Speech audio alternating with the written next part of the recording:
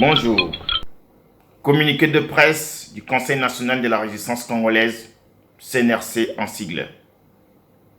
Le CNRC salue la décision du roi Philippe de Belgique de reporter son voyage en République démocratique du Congo et annule de ses faits sa manifestation prévue le vendredi 4 mars 2022 devant le ministère belge des Affaires étrangères à Bruxelles. Bruxelles, le 2 mars 2022. Le Conseil national de la résistance congolaise a appris avec satisfaction la décision du roi Philippe de Belgique de ne plus se rendre en République démocratique du Congo en ce début de mois de mars 2022 et informe qu'il annule de ses faits la manifestation qu'il avait programmée pour ce vendredi 4 mars 2022 devant le ministère belge des Affaires étrangères à Bruxelles. Le CNRC, comme des millions de Congolais, était opposé à ces voyages que les autorités illégitimes et complices des occupants en République démocratique du Congo souhaitaient pour consolider leur pouvoir fictif.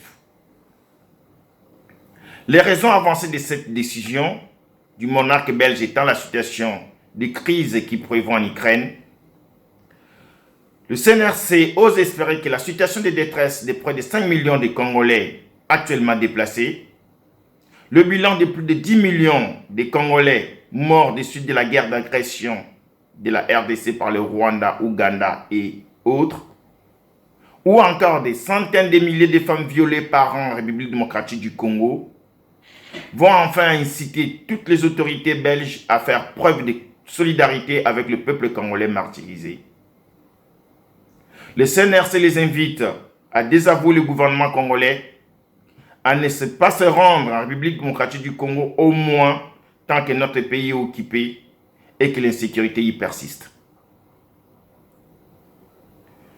M. Félix Tshilombo, dont la présidence est le fruit d'un deal scandaleux avec Joseph Kabila et Kagame, ne représente pas le peuple congolais et ce projet de voyage du monarque belge est perçu de notre population comme une complicité flagrante avec un régime illégitime.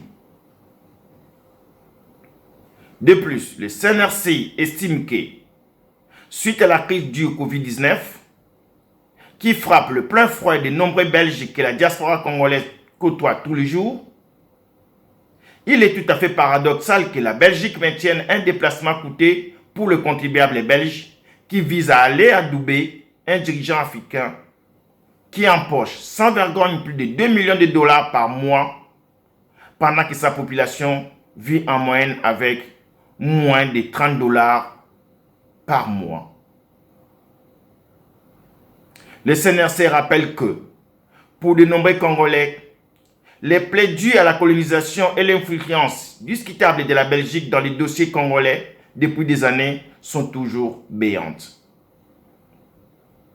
C'est dans cette optique que nous avons prévu de poursuivre nos échanges avec les autorités belges afin d'œuvrer ensemble pour une meilleure relation respectueuse des intérêts de nos deux populations.